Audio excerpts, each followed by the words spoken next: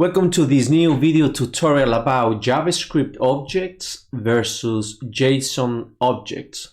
Most people don't even know that these are two totally different objects. Therefore, I decided to create this video so you can learn something new about it. Let's get started. Over here, we just create an index.html page, and this is just for playing demonstration of the script tags so I can use them. I will point to this file here. I have it under my local host, and the folder that I created is called JS versus JSON. So I have here the file, this app file. I will open the console so we can see the difference between the two. Over here we create a script tag, and that's what most of you will have, obviously. And you will have a JavaScript object. So I will build a JavaScript object for a user. So I will say user.js, that will be the JavaScript object. And over here we'll have the ID of the user, and I will have the name of the user. This here is not a JSON object. This here is a JavaScript object. If you wanted to build a JSON object, you will have to create, in this case, a variable. I will call it user.json, and there's a huge difference in the syntax and the way they behave. Over here you can see that the key ID does not have double quotes and the key name does not have double quotes. Therefore, this cannot be a valid JSON object. It is just a JavaScript object. To create a valid JSON object, the keys, every key, in this case the key ID, has to be double quoted, ID1, and the key name has to be double quoted with the value A. This is the string, that's why I put double quotes in it or around it. And this number one or that number one, they don't have double quotes because they are just plain integers. So this here is actually a JSON object. Now let's create an API so you can see how this will work. I will just create an API.php, and this PHP file will have a job and it will just echo. And over here I'm going to echo the object. So for now I will just echo the letter X so I can test the API. I will copy and paste this in this tab, and then I will point to the API.php. Let's see, I have an error there, syntax, yes, semicolon, reload. So this is the API, just to demonstrate it. Now I will take this JavaScript object, which most people will think that that's a JSON object, and then I will throw it inside the single quotes. I did this between single quotes because I know that I'm using double quotes internally. So I save, I test, and I have this out. Again, some of you will think that that is a JSON object, and that's why most people or some people have issues creating APIs. I'm going to go ahead, I'm going to open Google Chrome now, and I'm going to use Postman so I can test that API. So let me copy this link, put it in Postman, and let's just send this. This is what Postman returns to me. And if I just look at the plain text, and it seems to be just an object, but if I click on JSON, you can see that nothing happens because this is not valid JSON. So I will do the opposite now. I will take the valid JSON object, I will copy it, and I'm going to go to the API, and inside single quotes, I will paste it. I will save, and now I'm going to go to Postman. I send the response, I get this out with double quotes, and when I click on JSON, you can see that it actually knows how to convert this raw data into JSON data because it is a valid JSON object. So that's one thing that you must remember. Keys must always be double quoted. There are other rules for it, but you get the idea so far. I show you another thing that you can do with JSON objects. Let's create here a button. And then in this button, I will say show name. Let me save this, reload, show name. And when I click on it, on click, I will call the function show name. I save. Nothing happens when I click there. I don't have this function. So I will build it here. These two variables, I do not need them for now because I already explained that to you. I will create the function show name. And this function, just to test it, it will just show the letter Z in this case. That's fine. That's the letter C coming out. That's fine. So I'm going to create now an object here.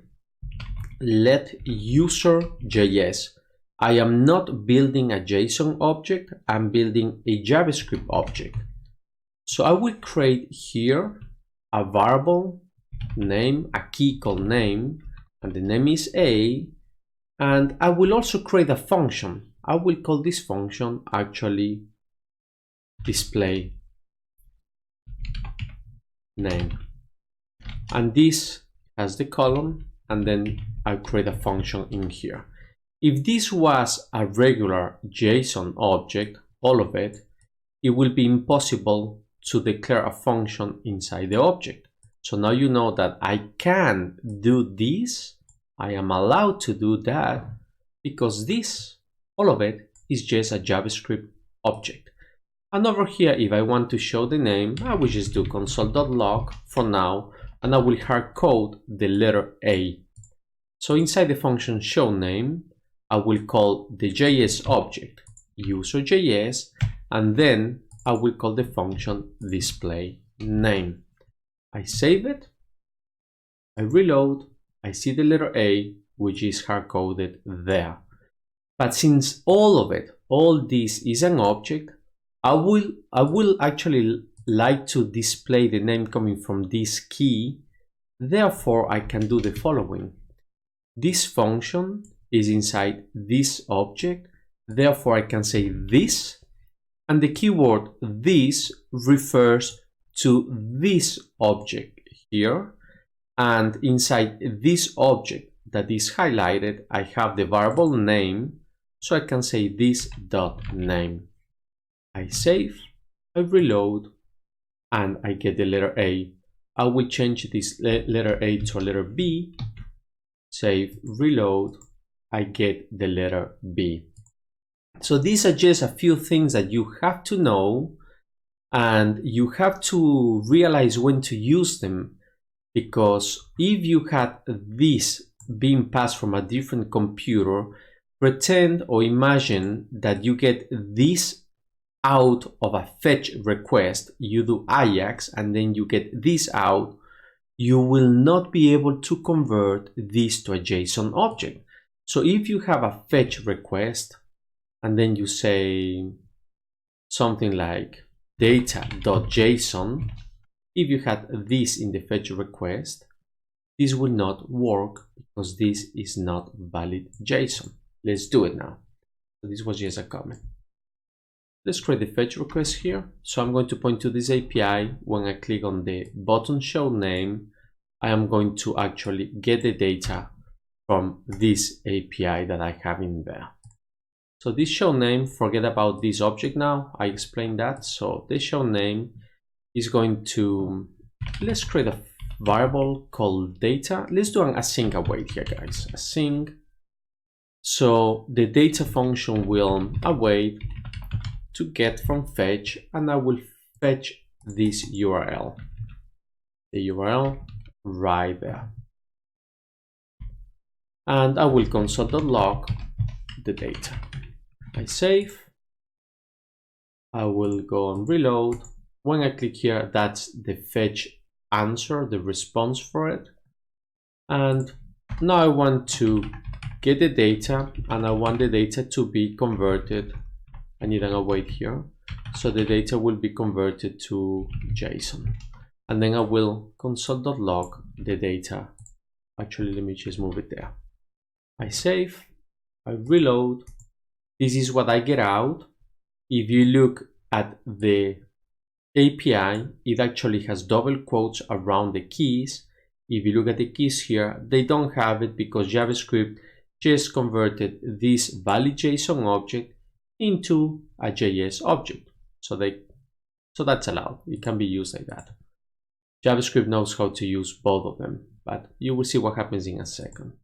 So once I have the data, I will say data.name, because I have this key name, so I can point to name. And over here, we just say name with quote, a column, and then the data.name, followed by data.name.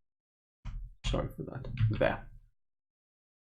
The name is A. If I change here the name to B, I just save the API. I do not need to reload this page because I'm running a fetch request here. Ajax request, I have the name B there. I do it again, name B. Now, somebody that you're coding with, they decide to put this here instead of that. That means that I will put this without the double quotes instead of this which has the double quotes. So you are coding with someone and they're used to create JavaScript objects, not really JSON objects. So they will do that. And then they will say, well, this is my JSON object, which is not.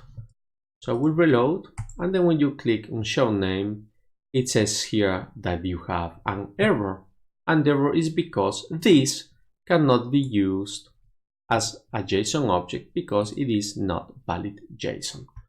Alright guys, so I really hope that you like this video. I'm waiting for you to obviously like it. I want you to subscribe to my channel, get notifications because I will be making more videos about professional stuff like this and you can learn things that most people don't tell you about. So go ahead and subscribe and like it, please. Thank you for watching this and I really hope that you learned something today. Goodbye.